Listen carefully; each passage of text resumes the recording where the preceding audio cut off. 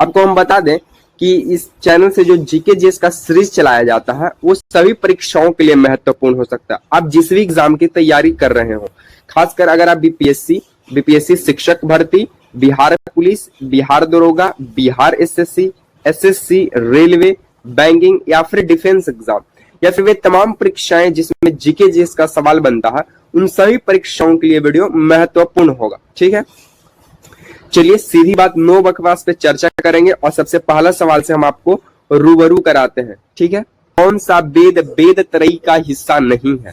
आपको हम जानकारी के लिए बता दें कि जो वेद त्रयी है, ये वेद त्रयी में 3 वेद शामिल है। वेद त्रयी में कितने वेद शामिल है? तो वेद त्रयी में 3 वेद शामिल है। सबसे पहला वेद आपका हो जाएगा ऋग्वेद, दूसरा हो जाएगा आपका सामवेद,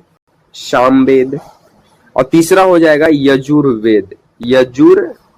ठीक है, तो वेद त्रयी में कितने वेद शामिल है? 3 वेद शामिल है, ऋग्वेद, सामवेद, यजुर्वेद।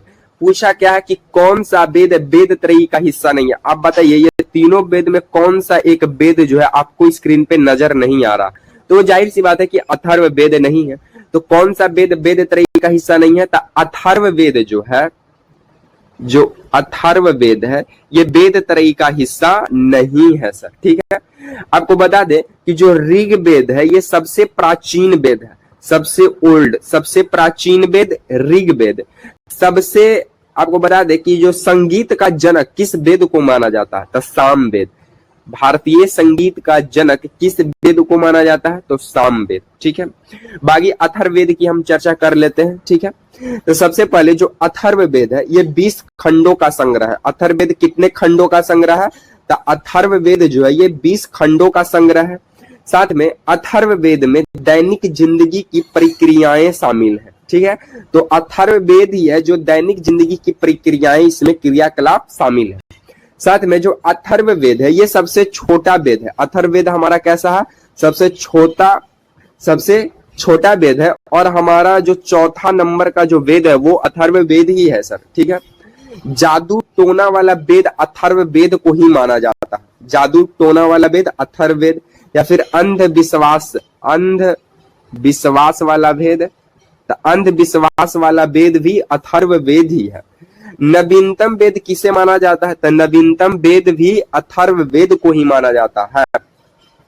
तो अथर्ववेद से इतने सवाल आपके एग्जाम में बनते हैं, तो इन तमाम जानकारी को आपको याद रखना पड़ेगा कि अथर्ववेद 20 खंडों का संग्रह है। दैनिक जिंदगी की प्रक्रियाएं अथर्ववेद में ही शामिल है। सबसे छोटा वेद अथर्ववेद है, चौथा नंबर का वेद अथर्ववेद है, जादू टोना वाला वेद अथर्ववेद है, अंधविश्वास वाला वेद अथर्ववेद है, नवीनतम वेद अथर्ववेद है, ऋग्वेद प्राचीन वेद है, ऋग्वेद में ही गायत्री मंत्र का उल्लेख है, ऋग्वेद में तीसरा मंडल में गायत्री मंत्र का उल्लेख है, ऋग्वेद में 1028 सूक्त है, ऋग्वेद में ही ये देवी देवताओं को प्रसन्न करने वाला मंत्रों का उल्लेख है। संगीत का जो 7 सुर है वो सामवेद से ही मिलता है, इसलिए सामवेद को संगीत का जनक माना जाता है। तो ये तमाम जानकारी आपको याद रखना पड़ेगा, तब जाकर सिलेक्शन होगा। ठीक है, चलिए इतना आप वेद से याद रख लीजिएगा। चलिए हम लोग नेक्स्ट प्रश्नों की ओर हम लोग आगे बढ़ते हैं। हमारा नेक्स्ट प्रश्न बोलता है कि तराइन का पहला युद्ध किसके बीच लड़ा गया? तराइन का पहला युद्ध किस के बीच लड़ा गया? तो आपको बता दे कि जो तराइन का जो पहला युद्ध हुआ था ये 1191 में तराइन का पहला युद्ध होता है। और तराइन का पहला युद्ध किसके बीच होता है? तो पृथ्वीराज चौहान वर्सेस कौन? एमडी यानी मोहम्मद गौरी। किसके बीच? मोहम्मद गौरी के बीच। तराइन का पहला युद्ध 1191 में होता है पृथ्वीराज चौहान और मोहम्मद गौरी के बीच, जिसमें पृथ्वीराज चौहान का क्या होता है? विजय होता है और मोहम्मद गौरी का हार होता है। तो सबसे पहला आप ये याद रख लीजिए कि तराइन का पहला युद्ध 1191 में पृथ्वीराज चौहान और मोहम्मद गौरी के बीच में, जिसमें विजय पृथ्वीराज चौहान का होता है। आप इसे नोट कर लीजिए, इसे हम इरेज करेंगे। अब देखिए तराइन का दूसरा युद्ध होता है कब? 1192 ईस्वी में। तराइन का दूसरा युद्ध 1192 ईस्वी में और तराइन का पहला युद्ध 1191 ईस्वी में। ठीक है, तो जो तराइन का दूसरा युद्ध होता है ये होता है पृथ्वीराज चौहान वर्सेस दो लोगों के बीच, एक मोहम्मद MDG और दूसरा जयचंद। ठीक है, तब पृथ्वीराज चौहान और किसके किसके बीच, दो लोगों के बीच, मोहम्मद गौरी और जयचंद। आपको बता दे कि मोहम्मद गौरी और जो जयचंद था ये दोनों मिलकर लड़ रहा था किससे, पृथ्वीराज चौहान से। तो तराइन का जो दूसरा युद्ध होता है वो पृथ्वीराज चौहान और किस दो लोगों के साथ, तो मोहम्मद गौरी और जयचंद के साथ होता है, जिसमें इसमें जीत किसकी होती है, तो इसमें जीत जयचंद और मोहम्मद गौरी का जीत होता है और पृथ्वीराज चौहान का हार होता है। जब पृथ्वीराज चौहान का हार होता है तो जयचंद की बेटी थी जिसका नाम था संयोगिता। ठीक है, तो जयचंद की बेटी संयोगिता के साथ पृथ्वीराज चौहान भगा कर क्या कर लेता है, शादी कर लेता है। तो आपसे पूछ देगा कि पृथ्वीराज चौहान किस राजा के बेटी के साथ शादी किया, तो संयोगिता के साथ। किस राजा की बेटी थी, तो जयचंद की बेटी थी। ठीक है, चलिए इस तमाम यहाँ पे जानकारी को इतना आप याद रखिए। चलिए हम लोग आगे बढ़ जाते हैं। फिर बोलता है कि चंदावर का युद्ध होता है, एकदम होता है। चंदावर का युद्ध कब होता है, तो चंदावर का युद्ध होता है 1194 में। चंदावर का युद्ध कब होता है, 1194 में। किसके किसके बीच, तो जयचंद वर्सेस MDG यानी मोहम्मद गौरी के बीच होता है, MDG।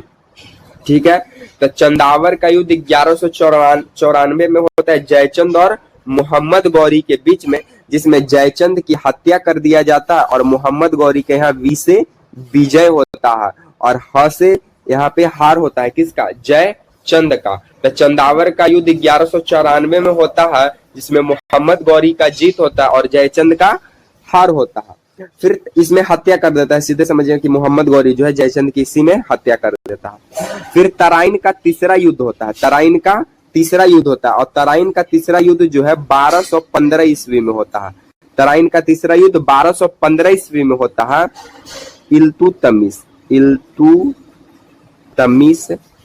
इल्तुतमिश और किसके बीच, तो इल्तुतमिश और यारदौज, यहाँ पे लिख देते हैं, यारदौज के बीच में होता है।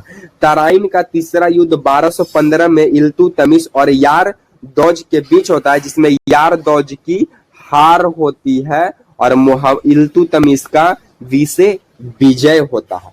तो यहाँ से आप तमाम तराइन और चंदावर से संबंधित जानकारी को याद रख सकते हैं और एक कहानी की तरह हम बताएं, ये आप याद कर लीजिएगा, यहाँ से एग्जामिनर सवाल को उठाता है। ठीक है, चलिए हम लोग नेक्स्ट प्रश्नों की ओर आगे बढ़ते हैं। देखिए सर, हमारा नेक्स्ट प्रश्न जो कहता है वो बोलता है कंदरिया का महादेव मंदिर किस शैली में निर्मित है। ठीक है, तो आपको बता दे कि जो कंदरिया का महादेव मंदिर है ये है कहाँ पे, तो ये है आपका मध्य प्रदेश में पड़ता है। ये कहाँ पड़ता है, एक सेकंड, ये MP में पड़ता है। कंदरिया का महादेव मंदिर कहाँ पड़ता है, मध्य प्रदेश में पड़ता है। और ये किस शैली में बना हुआ है, तो ये नागर शैली में बना हुआ है। किस शैली में, एक सेकंड, हमारा पेन काम नहीं कर रहा है।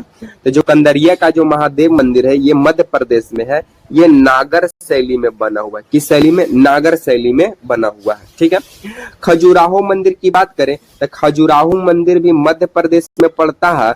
ठीक है, दशावतार मंदिर की बात करें तो देवगढ़ में स्थित है। देवगढ़ में स्थित दशावतार मंदिर ये है यूपी में। ये कहाँ है, यूपी में। सोमनाथ मंदिर की बात करें तो सोमनाथ मंदिर कहाँ पड़ता है, तो सोमनाथ मंदिर पड़ता है गुजरात में। कोणार्क मंदिर की बात करें तो ये पड़ता है उड़ीसा में। लिंगराज मंदिर की बात करें तो ये भी पड़ता है उड़ीसा में। ठीक है, और खजुराहो का मंदिर हो, दशावतार मंदिर हो, सोमनाथ मंदिर हो, कोणार्क मंदिर हो, लिंगराज मंदिर हो, ये तमाम मंदिरें नागर शैली में ही बना हुआ है। किस शैली में बना हुआ है, नागर शैली में ही बना हुआ है। और यहाँ पे एक सवाल भी हम लिख दिए हैं कि उत्तर भारत में जितने भी मंदिरें पाई जाती हैं वे सभी नागर शैली में बना हुआ है। किस शैली में बना हुआ है, नागर शैली में ही बना हुआ है। तो आप इस शब्द से याद रख सकते हैं कि उत्तर भारत में जो भी मंदिरें पाई जाएंगी वे सभी किस शैली में होंगी, नागर शैली में ही बना होगा। ठीक है, चलिए कुछ और सवालों को हम देख लेते हैं। यहाँ पे कुछ सवाल बोलता है कि तमिलनाडु और आंध्र प्रदेश में जो सभी मंदिरें पाई जाती है वो किस शैली में बना हुआ है। तो तमिलनाडु और जो आंध्र प्रदेश में जो मंदिरें पाई जाती हैं वे द्रविड़ शैली में बना हुआ है। किस शैली में? तो द्रविड़ शैली में बना हुआ है। तमिलनाडु और आंध्र प्रदेश में जो भी मंदिरें पाई जाएंगे वे सभी द्रविड़ शैली में हो, चाहे वो बृहदेश्वरी मंदिर की बात करे, चाहे मीनाक्षी मंदिर की बात करें, चाहे कांचीपुरम हो, चाहे महाबलीपुरम मंदिर हो, या चाहे नटराज मंदिर, वो सभी मंदिरें द्रविड़ शैली में ही बना हुआ है। कर्नाटक की जितने भी मंदिरें हैं वे सभी बेसर शैली में, अधिकांश मंदिरें वेसर शैली में बना हुआ है।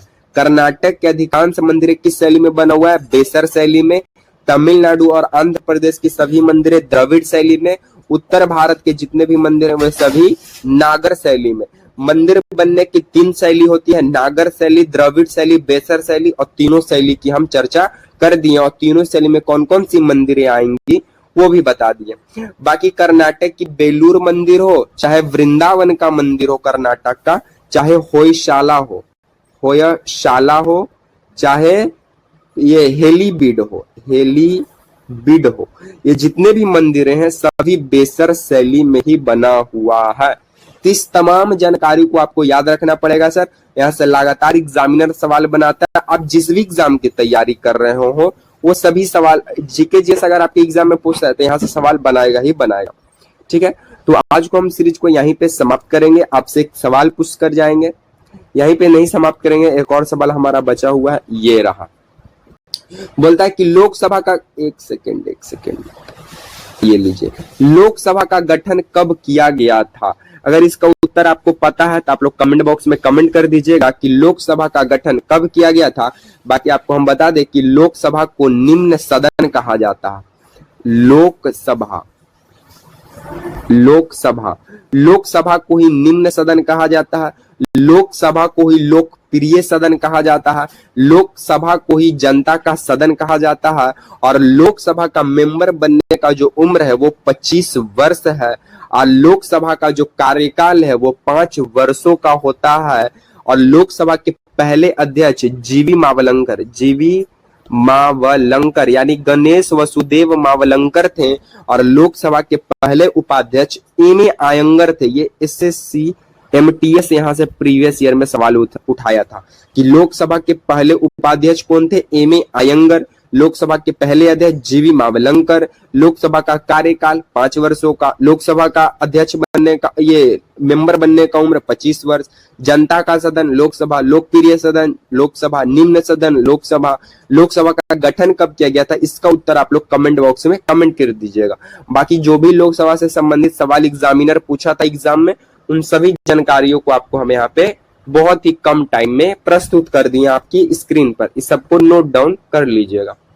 बाकी आज को हम सीरीज को यहीं पे समाप्त करते हैं। अगर आपको वीडियो पसंद आया तो थैंक्स फॉर वाचिंग वीडियो पसंद आया तो वीडियो को लाइक कर दीजिएगा, वीडियो को शेयर कर दीजिएगा और कमेंट करना मत भूलिएगा, सब्सक्राइब करना मत भूलिएगा और कमेंट कर जरूर बताइएगा कि ये आपको वीडियो कैसा लगा। इसी तरह के सीरीज के साथ आपसे मिलेंगे नेक्स्ट वीडियो में। तब तक के लिए आप सभी साथियों को जय हिंद।